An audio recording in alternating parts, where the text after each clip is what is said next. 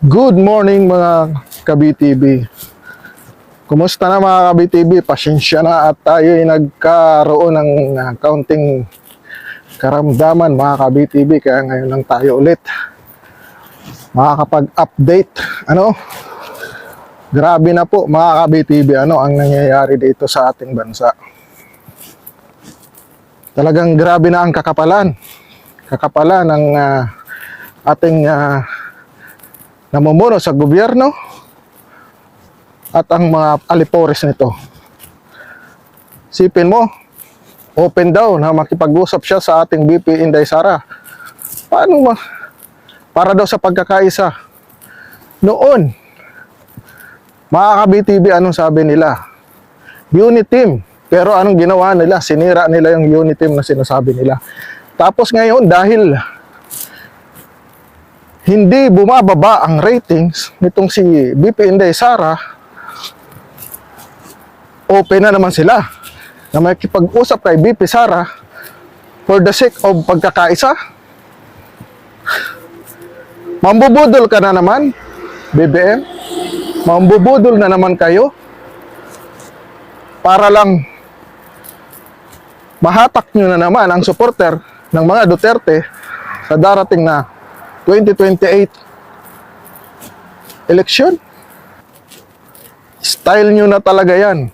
Style nyo na talaga na mambudol araw-araw. Anong ginagawa nyo sa sambayan ng Pilipino?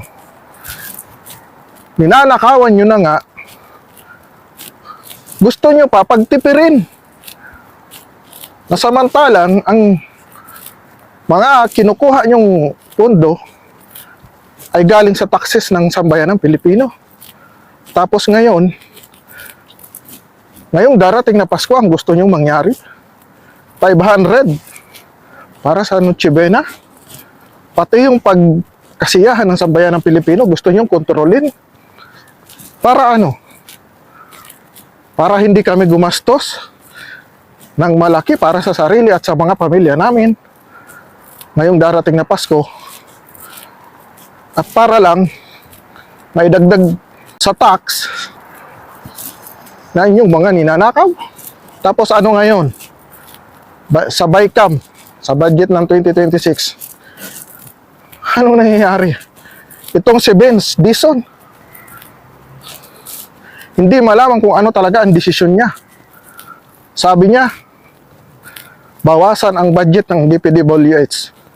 Tapos, ngayon, sasabihin niya na naman, ibalik yung binawas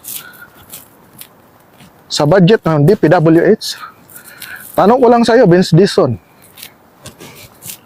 anong nangyayari sa'yo? Sino ba ang nag-uutos sa'yo? Dahil nung una, sabi mo, bawasan yung budget nyo.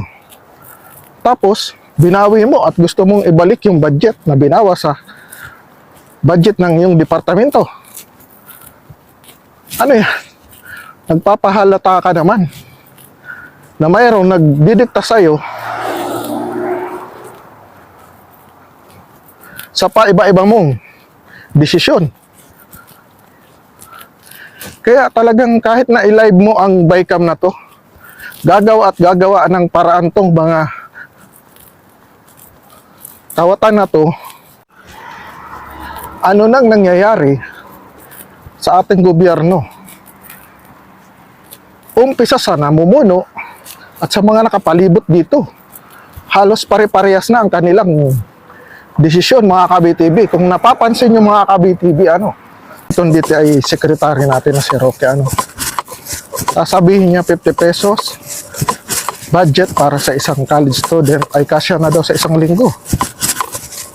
Tapos 1,000 pesos daw ay kasya na sa isang pamilya budget sa isang buwan. Tingnan yung mga pag-iisip niyan mga ka-BTV. Yan yung mga pag-iisip na sabi nga niyan ni Senator Amy Marcos, pag-iisip ng isang ngagba. Anong year na ngayon? 2025. Papasok na ang 2026. Tapos sasabihin mo, ganyan lang ang kasyang budget ng mga Pilipino sa kanilang pamilya at sa kanilang mga anak. Yung 50 pesos, sa elementary na lang yan. Hindi rin to nag-iisip talaga. At ito rin si Conte, sinabi rin na mag-resign na daw si VP Inday Sara for the sake na once na mag-resign daw si VP Sara ay makakatulong daw to sa paglabas at pag-uwi ni Tatay Digong sa Pilipinas. Talagang desperado na kahit ano-ano na lang naiisip.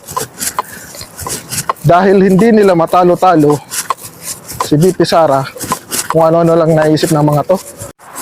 Tapos isa pa tong si Gadon, mga ka-BTV. Pinapa-resign din ang ating Vice President na si Inday Sara at sinabihan niya pang boba daw. Dahil wala daw laman ng utak kung ano-ano pinagsasasabi nitong si Gadon. Tanungin lang kita, Gadon. Kung si VP Sara na disbar, pwede kong tanggapin yung sinasabi mo. Pero sino ba yung na-disbar? Anong ibig sabihin lang nun? Bakit na-disbar? Sino ba yung na-disbar? Hindi ba ikaw? Ano bang ibig sabihin nun?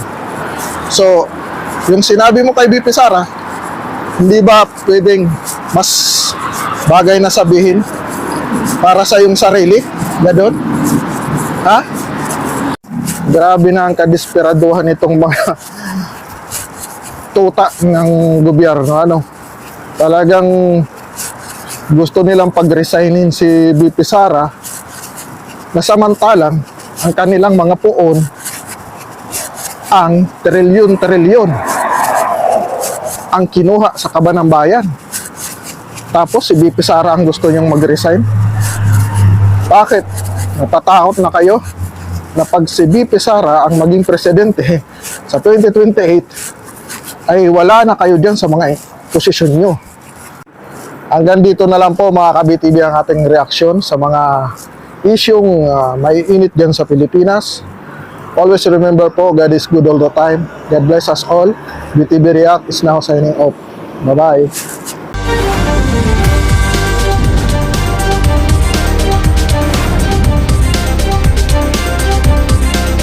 Please subscribe to BTV Reacts channel and click the notification bell. Thank you, BTV friends!